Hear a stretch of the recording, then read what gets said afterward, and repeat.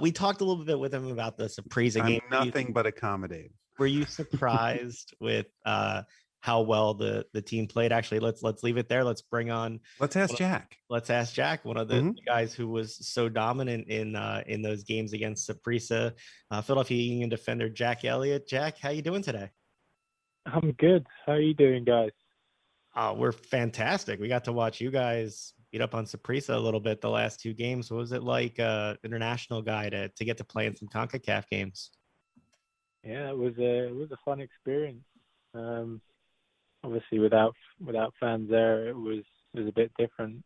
It would have been nice to see that place of fans, but in some ways, I think that helped us. But no, it was a good experience to play international competition. How excited are you to have the fans back in the stadium? It's amazing. I mean, it's such a big boost, even with the few thousand we're allowed in right now. But hopefully, towards the end of the year, everyone will be allowed back in, and have the place rocking again. And those are the best nights. So we were intrigued by your story as much as your play on the field. We got to ask, how does a kid born in London, raised in England, end up recruited to play at West Virginia and then with the Philadelphia Union? That seems like a fun story. Yeah, I wasn't really planning to come to the US to go to college at all, or didn't really look into it. And I was playing amateur football for a men's league while I was in school, and I just happened to be playing one game. And one of the assistant coaches at West Virginia at the time was also playing in the game and saw me playing and liked the look of me, and then it just sort of snowballed from there. And it was, as soon as I got the opportunity to go over to West Virginia, and I took it and didn't look back. And then played 3.5 years there, and ended up getting drafted to Philadelphia Union, and managed to do quite well over the past few years. So just to be clear, as a kid growing up in England, you didn't have a map that had circled on it West Virginia is where you eventually thought you would end up? No, I didn't, funnily enough. Well, so then you go from West Virginia to Philadelphia, which probably couldn't be any different for you. What was it like for you to go from that college experience where you were to come into a city like Philadelphia that had such a rabid fan base?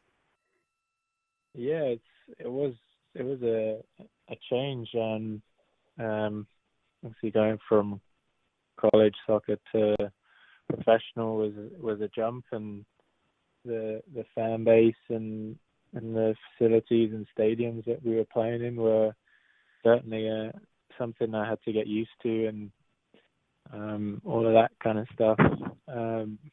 But fitting into the city, I think living in London, that helped me to adapt in Philadelphia pretty quickly, almost quicker than I did in Morgantown, West Virginia. So I think it was a transition, certainly on the playing aspect, but I think I settled in relatively quickly.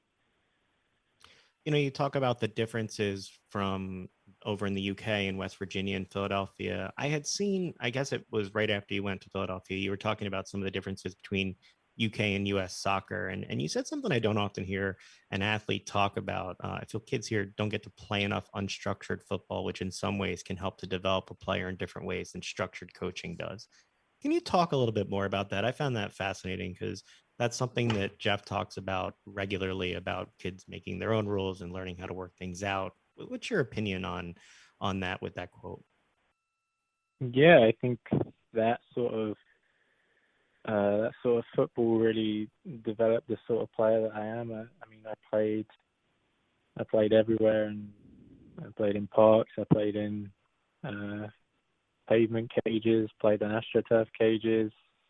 Had 11v11 in a five-a-side court. So, I mean, you learn all sorts of things from playing in large spaces to playing in very tight spaces against a lot of people, and I think that's something that is useful for kids to develop, and obviously I think it's a bit easier in the UK to do those things because, I mean, football's the main sport, and you go out at lunchtime and everyone's playing football.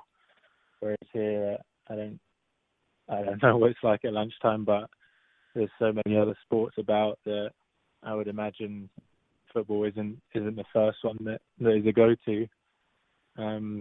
But I think it's a good way to develop all sorts of thinking abilities and technical abilities.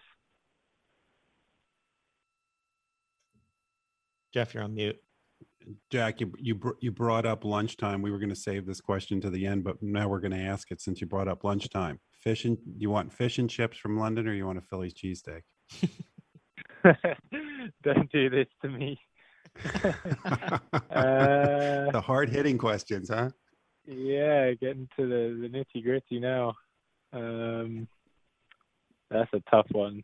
That is All right, a tough one. We'll let you off the hook, but I know that you have done interviews where you have said that you have yet to find a really good fish and chips place in the United States. Have you found one yet? I've heard of a few, but I haven't found it yet. I mean, I need to get out and look again. Last year I've been not looking, so this year maybe I'll get there.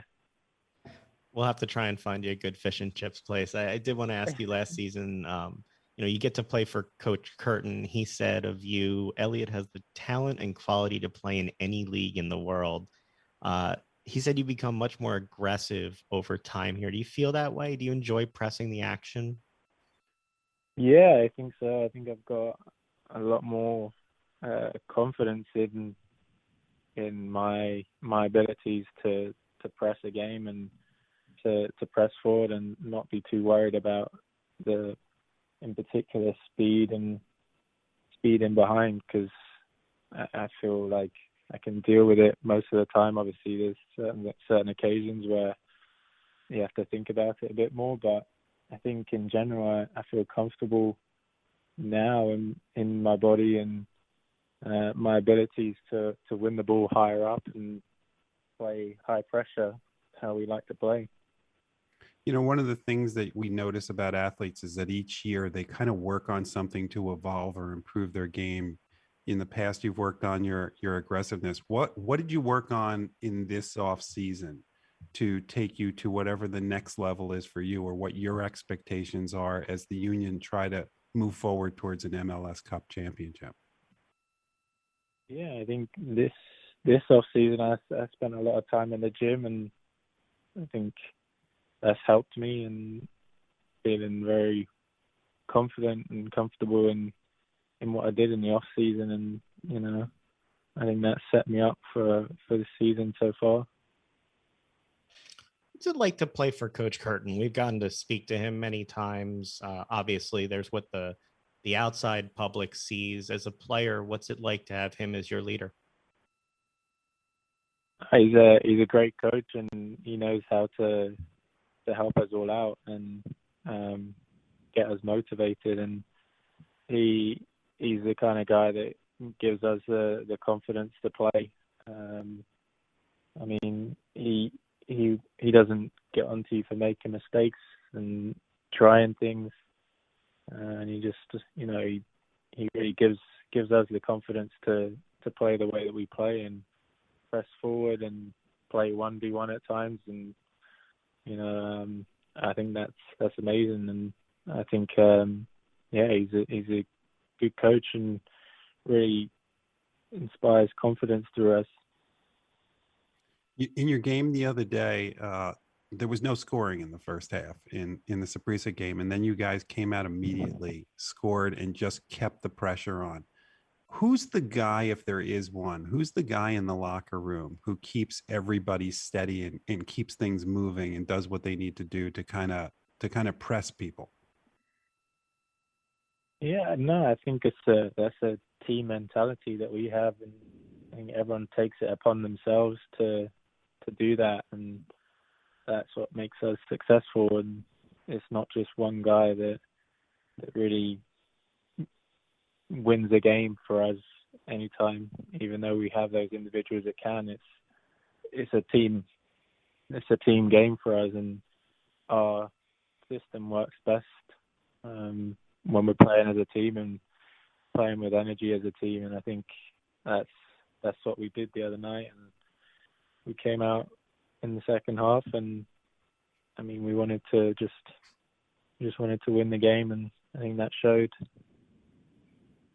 Well, Jack, we can't wait to see you guys back out on the pitch this weekend as you start the season. Look forward to all the success on the field, and thank you for giving us a few minutes to talk about everything. Good luck with everything. Thank you guys. No problem. Anytime.